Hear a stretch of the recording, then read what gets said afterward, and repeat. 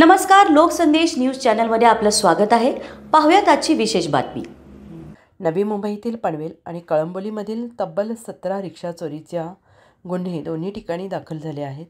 दाखल गुन्ह्याची गंभीर दखल घेत पनवेल पोलिसांनी CCTV आणि इतर तांत्रिक मदतीच्या सहाय्याने एका संशयित व्यक्तीला बुलढाण्यात जाऊन स्थानिक पोलिसांच्या मदतीने ताब्यात घेतलं असून कसून चौकशी त्यांनी 17 रिक्षांची चोरी पनवेल आणि कळंबोलीमधूनच केल्याचं स्पष्ट झालं आहे।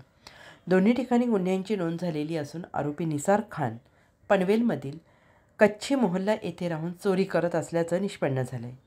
आरोपीला अटक करून त्याला कोर्टात हजर करून पोलीस कोठडी सुनावण्यात आली असून चोरी केलेल्या 12,45,000 रुपये किमतीच्या एकूण 18 रिक्षा हस्तगत केल्या असून पनवेल पोलीस अधिक तपास करत आहेत।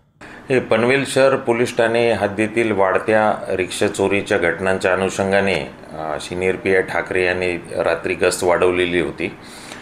10 तारखेला या फेब्रुवारी 10ला त्यांच्या पोलीस स्टेशनचे 3 कर्मचारी वाघमारे, वायकर आणि चौधरी हे रात्र गस्त करत असताना एक इसम त्यांना संशयित त्याची हालचाल दिसून आली।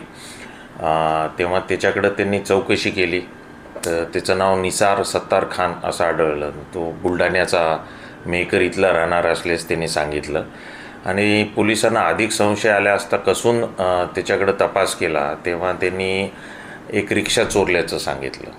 मग त्याला अटक करण्यात आलं। पुन्हा इंट्रोगेशन पनवेल शहर पोलिसांनी केलं तर त्यांनी पनवेल शहर पोलीस स्टेशनच्या हद्दीतून 10 रिक्षा, कळंबोली पोलीस स्टेशनच्या हद्दीतून 4, कामोठे पोलीस स्टेशनच्या हद्दीतून 3 अशा 17 रिक्षा चोरल्याचं कबूल केलं। म्हणजे एका या सराईत चोराला पनवेल शहर पोलिसांनी रात्र गस्तीच्या वेळी ताब्यात घेतल्यामुळे 17 गुन्हे उघडकीस आले। आणखी एक रिक्षा मिळाली त्याच्याकडे, पण त्याचं नंबर व्हेरीफाय करून ती कुठून चोरली याची खात्री करून पुढील कारवाई करण्यात येत आहे। या सगळ्या रिक्षा हा आरोपी मेहकरला त्याच्या मूळ गावी जाऊन तिथं विकायचा, तिथं सांगायचं की ह्या स्क्रॅपच्या रिक्षा आहेत आणि मग ते पैसे मिळवायचा। त्याच्यावर काही कर्ज होतं, त्या कर्ज प्रकरणाला कंटाळून हे रिक्षा चोरी मी करायचो असं त्याचं सांगणं।